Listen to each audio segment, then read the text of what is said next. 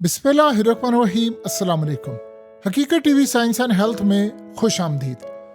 आप ज़रा ये मनाजिर देखिए और इसराइल की बर्बरियत का अंदाज़ा करें ज़रा, हुआ क्या है। इसराइल ने कल कतर पर हमला किया, आज उन्होंने यमन पर हमला कर दिया। और ये जो हमला था ये इतना तबाहकुन है, इतना तबाहकुन है कि आप बारूद के ढेर से देख सकते हैं कि मामला क्या है। अब इसराइल जो हमला करता है यमन में, वो याद रखिएगा वो अपने इंटेलिजेंस बेस के ऊपर हमला करता है, और जो इंटेलिजेंस बेस उनकी अब स्ट्रांग हो चुकी है इवन के यमन के अंदर भी। लेकिन एक बड़ी अजीबोगरीब इस दफा सूरत हाल हुई है और वो हैरान कुन कर देने वाली है। यमन ने कहा है कि इस दफा हमने इसराइल के तैयारों का जो हमला था वो नाकाम बनाया। अगरचे इसराइल ने हमला जरूर किया, तबाही किया, लेकिन ये हमला समझ ले उन्होंने 5 से 10% किया है। सोचे उन्होंने कितना बड़ा हमला करना। उन्होंने कहा कि हमने मिसाइल दे मारे हैं इसराइल के तैयारों पर, जो अगरचे उनको मिसाइल नहीं लगे लेकिन उनके तैयारों के करीब से होते हुए गुजरे। जाहिर सी बात है F-35 का जो लेवल है वो कोई भी तैयारा बीट नहीं कर सकता। आप सोचें कि अमेरिका कितना पूरी दुनिया के अंदर मासूम बनने की कोशिश करते हैं। इन्होंने F-35 दिया, वो पूरी दुनिया में बर्बरियत करते फिर रहे हैं।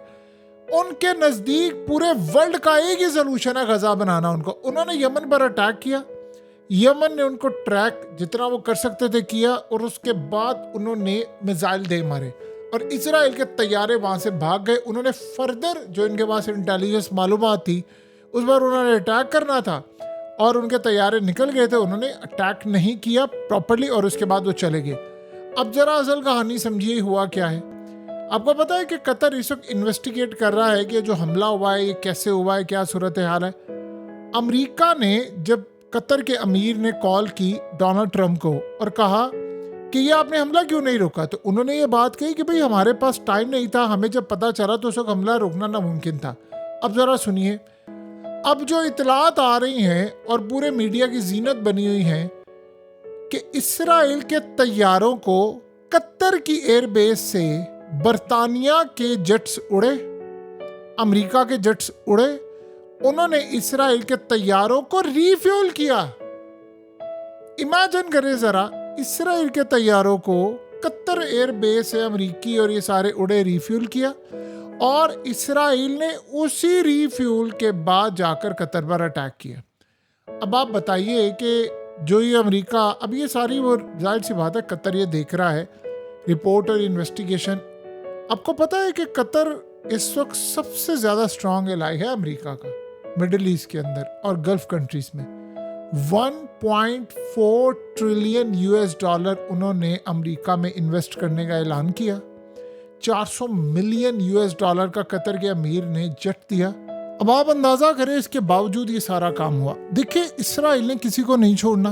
अब उनका मुकाबला, अगर ये सारी मुस्लिम कंट्रीज कुछ आगे, अमेरिका से माल लेंगे आपने यही दी होती रूस को एयरबेस, आप देखते वो क्या हाल करता इसराइल का। आपने यही चाइना को दी होती, आप देखते वो आपके लिए कितनी फेवर देता। अमेरिका इसराइल पर अटैक करेगा, यानी दुनिया के लिए कितनी बेवकूफाना बात है कि अमेरिका अपने F-35 इसराइल को दे और इसराइल अटैक करने के लिए आए और अमेरिका उस F-35 को गिरा दे। क्या क्या पागलपन है। यानी इससे ज्यादा पागलपन की बात कोई और हो सकती है। इसराइल ने किया क्या है, उनकी मिलिट्री के चीफ ने ऑर्डर जारी कर दिया है कि तमाम मिलिट्री को कह दिया है कि आप तैयारी करें, गजा हमने कारपेट करना है, और कहा है कि तमाम गजा के लोगों को कहा इमीडिएटली गजा छोड़ दे, सब मारे जाओगे। उनको पता है किसी ने कुछ नहीं करना। दिन दिहाड़े आप अंदाजा करें, दुनिया में ऐसा भी मामला होता है कि आप दिन दिहाड़े किसी मुल्क में जाएं और आप उस मुल्क के कैपिटल को उड़ा दें और कोई आपका कुछ बिगाड़ ना सके, तो उनके हाथ तो होंगे ना चौड़े। अब आप सोचें कि वो कतर जैसे मुल्क की सूरत हाल पर अब इस तरह रिएक्ट कर रहे हैं, तो बाकी उनको पता है क्या करेंगे। उनको पता है कोई हमारा कुछ नहीं बिगाड़ सकता। यमन में जो अटैक हुआ है इसमें उन्होंने लोग मारे हैं, हत्ता कि आज बहुत बड़ा हमला होना था। कल के हमले के बाद इसराइल इतना शेर हो चुका है। ये असल कहानी आप जरा समझिए। ये कतर की जो बेस है या जो मिडिल ईस्ट या गल्फ में जो बेसिस होती है अमेरिका की, अमेरिका उन बेसिस से इसराइल इतनी दूर आना जाना उनके जट्स नहीं जा सकते, रीफ्यूलिंग की उसको ज़रूरत होती है। बरतानिया और अमेरिका उसको करते हैं रीफ्यूलिंग करते हैं तो वो आगे जाकर अटैक करते हैं। तो ये तो अब सूरत हाल बिल्कुल क्लियर है, चाहे वो ईरान का मामला हो, चाहे वो यमन का मामला हो, चाहे वो कतर का मामला हो या कोई और मामला हो, वो रीफ्यूलिंग करते हैं और रीफ्यूलिंग करके उसके बाद उनके जट्स जाते हैं और हमला करते हैं और अमेरिका की इंटेलिजेंस मालूमात पूरी होती है। आप डोनाल्ड ट्रंप पर ना जाएं। आपको पता है कि डोनाल्ड ट्रंप ने ये यमन के साथ कैसी डबल गेम खेली है। यमन असल में इनको मारा था पानियों के अंदर, इनके पास कोई सोल्यूशन नहीं था। इन्होंने किया क्या है यमन के हवाले से, अब उन्होंने इसराइल को आगे लगाया, सब कुछ इसराइल दे रहा है, सब कुछ वो कर रहे हैं, ईच एंड एवरीथिंग, और सारी इंटेलिजेंस, सारा डाटा, सारी रिफ्यूलिंग, सारे हथियार, सारे जेट, सब कुछ अमेरिका उनको दे रहा है। और इवन के ये भी नहीं पता कि इसराइल के पायलट हैं या अमेरिका के अपने पायलट हैं जो उड़ा कर अटैक करने के लिए जाते हैं। नाम इसराइल का लग रहा है क्योंकि उनको पता है कि हमारे एयरक्राफ्ट कैरियर है, इसराइल के तो है नहीं, हम पर अटैक होगा, वॉरशिप पर अटैक होगा, हमारे जो कंटेनर्स आएंगे उन पर अटैक होगा, हमारे शिप्स पर अटैक होगा। तो इस सूरत हाल में उन्होंने इसराइल को आगे लगाया कि तुम पर हमला करेंगे तो दूर से हमला करेंगे। ये असल में इसराइल ने कल के अटैक के बाद अब देख लिया है कि अब हमारा कोई कुछ बिगाड़ नहीं सकता। पहले भी इसका कोई कुछ नहीं बिगाड़ सकता था, अब तो खैर कोई बिल्कुल ही नहीं बिगाड़ सकता। तो ये सूरत हाल इस वक्त हो रही है पैदा। देखिए अब जो लड़ाई है वो जा रही है बड़ी खतरनाक हद तक। इसराइल कर क्या रहा है, इसराइल अब जितने मुस्लिम कंट्रीज हैं उनकी टॉप लीडरशिप को उसने आहिस्ता आहिस्ता मारना शुरू कर दिया। जैसे यमन को मारा, जैसे ईरान के अंदर, जैसे इन्होंने लिबनान के अंदर। अब उनकी राह में जो कांटा आएगा वो उसको मारते जाएंगे और वो उसकी कतन परवाह नहीं करेंगे।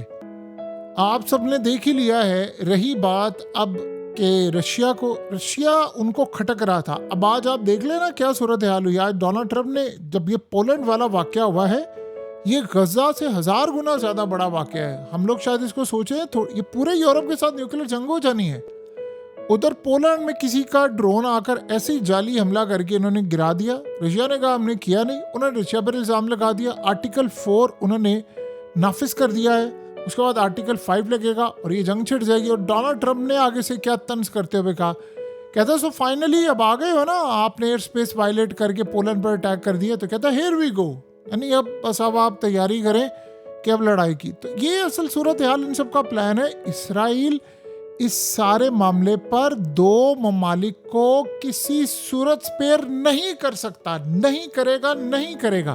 पाकिस्तान को, रशिया को, चाइना को लेटर ऑन। उसको ये लगता है कि पाकिस्तान एक सुपर पावर है और आप देखेंगे कि उस इंडिया के थ्रू उससे लड़ाई करवाएगा। और बाकी रही जो बात रह गई है, उसने किसी सूरत नहीं छोड़ना रशिया को। रशिया के लिए उसने नेटो रखी हुई है। नेटो के साथ देखिए, अब जानते हैं कि ज़ेलेंस्की इसराइल का बंदा है, ठीक है। और इस सारी सूरत हाल में इसराइल क्या कर रहा है, वो ज़ेलेंस्की को खोना नहीं चाहते। और कोई और मुल्क होता, अब आप सोचें कि वो दुनिया में जंग बंद हो जाए ये रशिया की और सबका ध्यान चला जाए इसराइल की जानिब, ये यानी इसराइल ये चाहेगा, वो तो चाहेगा दुनिया में इतनी जंगें छिड़े कि मैंने जो अब आखिरी, आपको पता है कि जिस दिन ये गजा खाली करा, ये वेस्ट बैंक खाली करवा रहे हैं, उन्होंने जहाँ टेंपल बनाना है उन्होंने उस जगह को, मुसलमानों की मुकद्दस जगह को गिरा देना है। तो उसके बाद जो रिएक्शन आएगा उसको भी तो कंट्रोल करना है ना। क्या रिएक्शन इसराइल के खिलाफ आएगा, आप ये सोचे क्या आएगा। चाइना क्या करेगा, वो जाकर लड़ेगा, सब मजम्मत करेगा। रशिया क्या करेगा, मजम्मत करेगा, क्योंकि वो खुद जंग में इस वक्त उलझे हुए में। चाइना ने अपने आप को भी बचाना है, चाइना ने अपनी तैयारी भी करनी है बड़ी जंग की। मुस्लिम कंट्रीज मजम्मत होगी मैक्सिमम, अवाम सड़कों पर, दैट्स इट, इससे ज्यादा कुछ नहीं होगा और हमने कुछ करना भी नहीं है। इसराइल ने हमारी नब्ज चेक कर ली थी 2021 में, 2014 में। उसने गजा पर ये सारी सूरत हाल देखी, उसको ये अंदाजा था ये सारा मामला होने के लिए जा रहा है। तभी तो उसने हमास का जो हमला था वो रोका नहीं, जिसको ये पता है कि गजा में कहाँ पर क्या चीज़ है, गैस कहाँ पर है, वो क्या हमास को वहाँ से ढूंढ नहीं सकते, चाह नहीं रहे। वो चाहते कैदी वापस ही ना, जंग चलती रहे। जरा डोनाल्ड ट्रंप ने बात की ना कि हम जंग बंदी कर देंगे, फलाना कर दे, आप सोचे गजा की जंग बंद होती, यमन की भी जंग बंद हो जानी थी, ईरान की भी लड़ाई खत्म हो जानी थी, सबकी लड़ाई खत्म हो जानी थी। तो लड़ाइयाँ खत्म करनी है कि लड़ाइयाँ बढ़ानी है, इसराइल ने लड़ाई बढ़ानी है।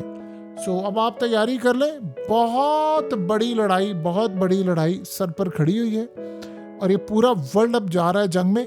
इसमें एक जंग बड़ी प्रोलोंग होगी, लंबी होगी, बिल्कुल रूस की जंग की तरह, और वो इंडिया पाकिस्तान की जंग है। ये आप ज़हन में रख लीजिएगा, वो बड़ी लंबी होने वाली है जंग, और उसके लिए इसराइल के पास ऑप्शन कोई नहीं है कि वो पाकिस्तान को इंगेज रखे, उसके बाद वो ईरान को भी इंगेज कर लेगा। तो ये असल में इस वक्त इन सब के प्लान्स बने हुए हैं। हकीकत टीवी साइंस एंड हेल्थ की इस वीडियो के नीचे कमेंट ज़रूर कीजिए, अपनी राय का इजहार ज़रूर करें, और इस वीडियो को हर जगह शेयर करते हुए चैनल को सब्सक्राइब ज़रूर करें।